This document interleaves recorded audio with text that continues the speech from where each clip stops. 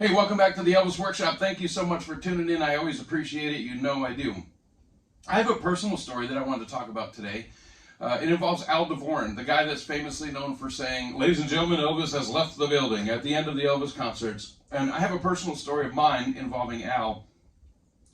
And I've shared it briefly on another channel and a little bit on this channel on other videos, but I thought it deserved a standalone video, and I promise you it's worth watching, so please hang in there. So I was in Memphis last week, and I went to see Robert Washington. He's a friend of mine. He's the Black Elvis. And man, that dude has got it going on. He is awesome. I love Robert. I've known him for a long time. I toured Europe with him about 16 years ago. And anytime I'm in the same city as Robert and he's performing, I go see him. And he has a tape of Al Dvorin saying, "Ladies and gentlemen, Robert Washington has left the building." And he's the only one that got Al to do that. And I thought, man, you know what? I need to do a video for my channel for that. So that's the reasoning behind the video today. So I have my own personal story with Al, and I'm going to give you a very, very brief rundown of who Al was if you're not familiar. Al worked for, I believe, Eddie Arnold on a tour with an opening act. And he did all the security, the concessions, the booking, the bookkeeping, basically everything except performing on the stage. And in 1955, Al met Elvis. 1957, Al went to work for Colonel Parker. Here's a picture of Elvis performing on stage, and you can see the Al Dvorin Orchestra behind Elvis. A lot of people don't realize this. They think Al was around in the 70s. He was around for everything. He was one of Colonel Parker's main people behind the scenes. He just took care of things behind the scenes that needed to get done and wasn't really well known at the time. And so Colonel Parker came to him one day and says, "I need you to do the PA announcing too." And Al famously said, "You know, Colonel, I'll do everything you want me to do. I'll do the concessions, I'll do security, I'll do paperwork, but I have a terrible nasally deep voice and it's terrible. I don't want to be on the PA." And Colonel said, no, I need you to do that too. So he ended up doing it. And that's actually the thing that Al became most well known for. Now, I want to point this book out. This is called Elvis, Hank and Me by Horace Logan. And he was the DJ, promoter, producer of the Louisiana Hayride. This is one of the fastest books I've ever read, ever. So, first of all, I would recommend you getting the book. It is amazing. It's not just all about Elvis, but the Elvis parts are huge.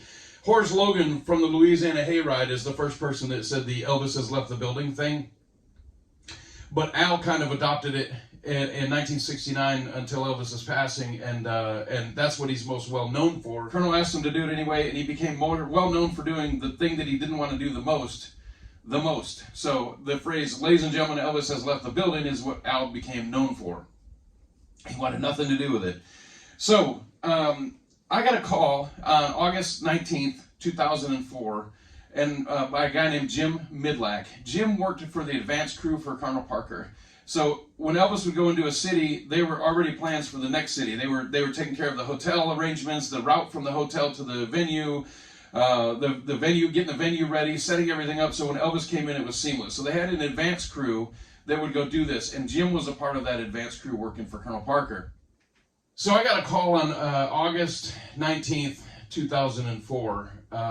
Al was in town here in Las Vegas, and he was doing a video shoot at what's now the Westgate Hotel, which was the Hilton previously and the International before that, the hotel Elvis performed at here in Las Vegas.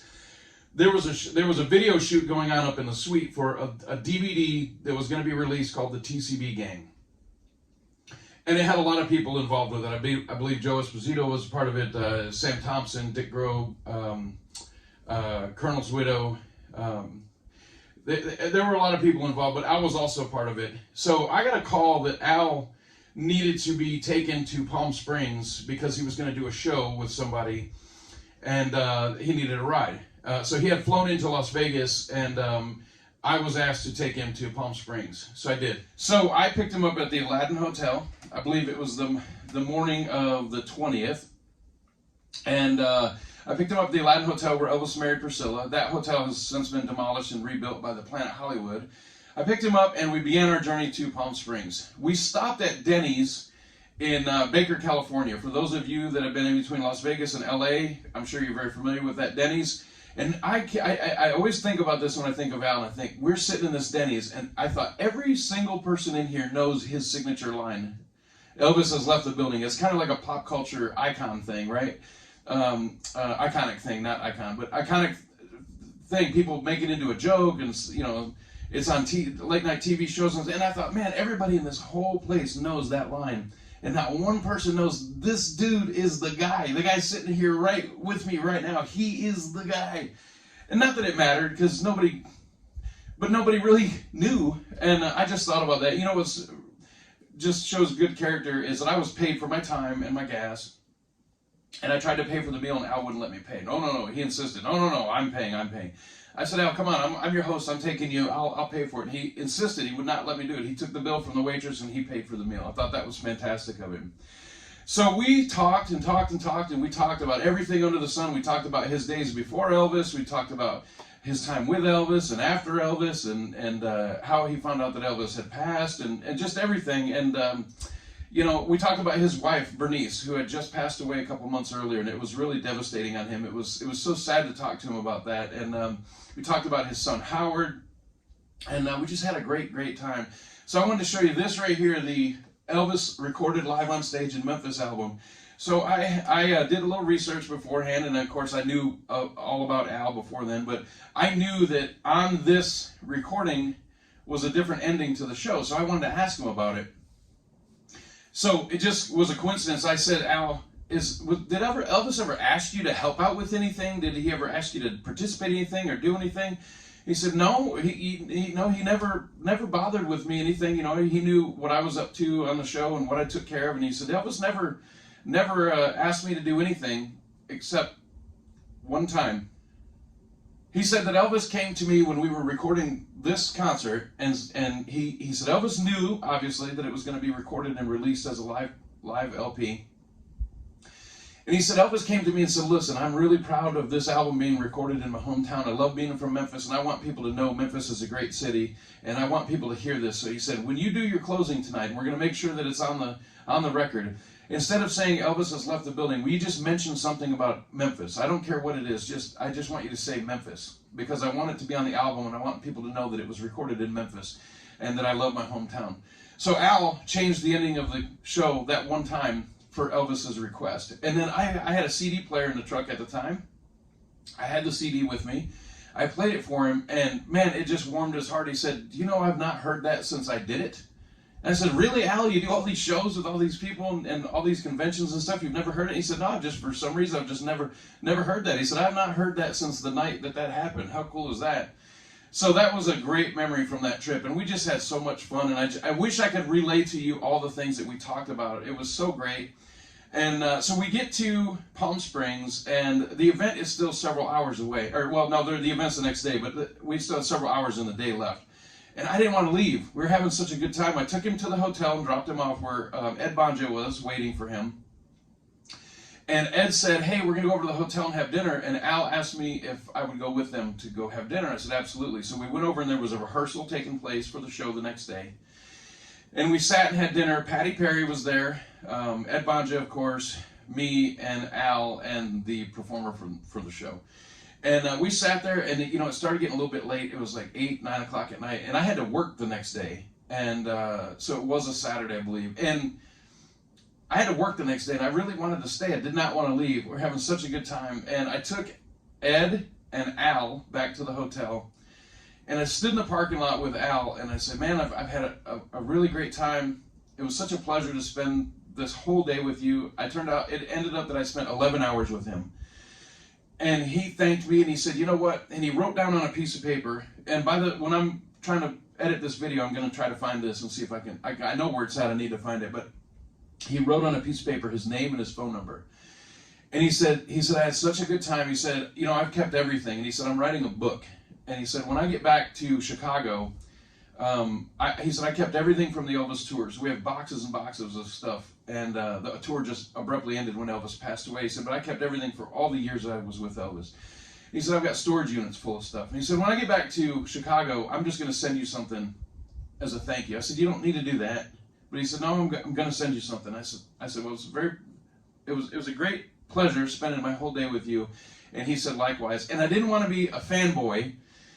After all those hours and talking about all the different things, stupid, I didn't want to. I had a camera right in my hand, but I didn't take a picture with them. And so I left. And I drove all the way back to Las Vegas. I made it to work the next day. And 2 days later, it was August 22nd, and it was about 6:30 in the evening. I had just gotten home from work.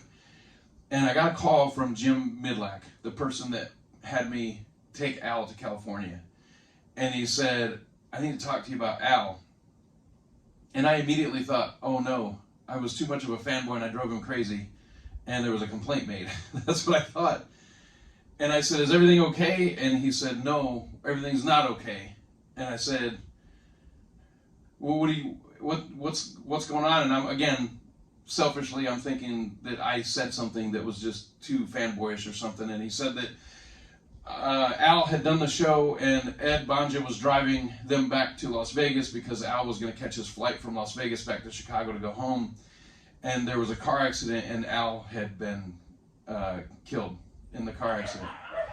And it absolutely devastated me. For years after that, I had survivor's guilt. And it just really hit me really hard because I thought, man, I took him there and he got killed on the way back. And I shouldn't have any survivor's guilt over that at all, but it was just so crushing to me that that happened. He was not ready to go. He was sharp as a tack. He was writing a book. He was doing events. He was traveling all around. He was not ready to go. And that was so difficult. A couple of years later, I go to an event in Memphis, and there was a convention. And I look up, and there's a table with things for sale, and it was Howard Dvorin, which is Al's son. So I walked up to him and I said, Howard, you don't know me, I don't know you. I'm familiar with who you are. You look just like your dad, by the way. I said, can I come behind your table and talk to you for a moment? And he says, yeah. So I walked behind his table and I introduced myself and told him who I was and the situation with his father, and I told him that I took him there. And I said, I just wanted to let you know that your dad was super happy and had a great time and was full of life and had such a wonderful trip out there. I just wanted you to know in his last days how he was, because you weren't there. I wanted to let you know. And Howard's wife was just in tears. It was really hard. That was really hard. So Howard says, I don't know what my dad was going to give you, but I've got this for you. And he brought me this pin. Now these are very common, but it's a pin that was on sale during the Elvis shows. It's still in the plastic from the 70s. It's never been opened. And it's just a cheap little trinket pin.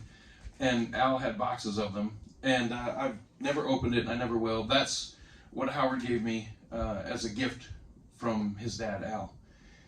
So Robert reminded me of this story and by doing his show. And so I wanted to share that experience with you. So I'm going to close with this.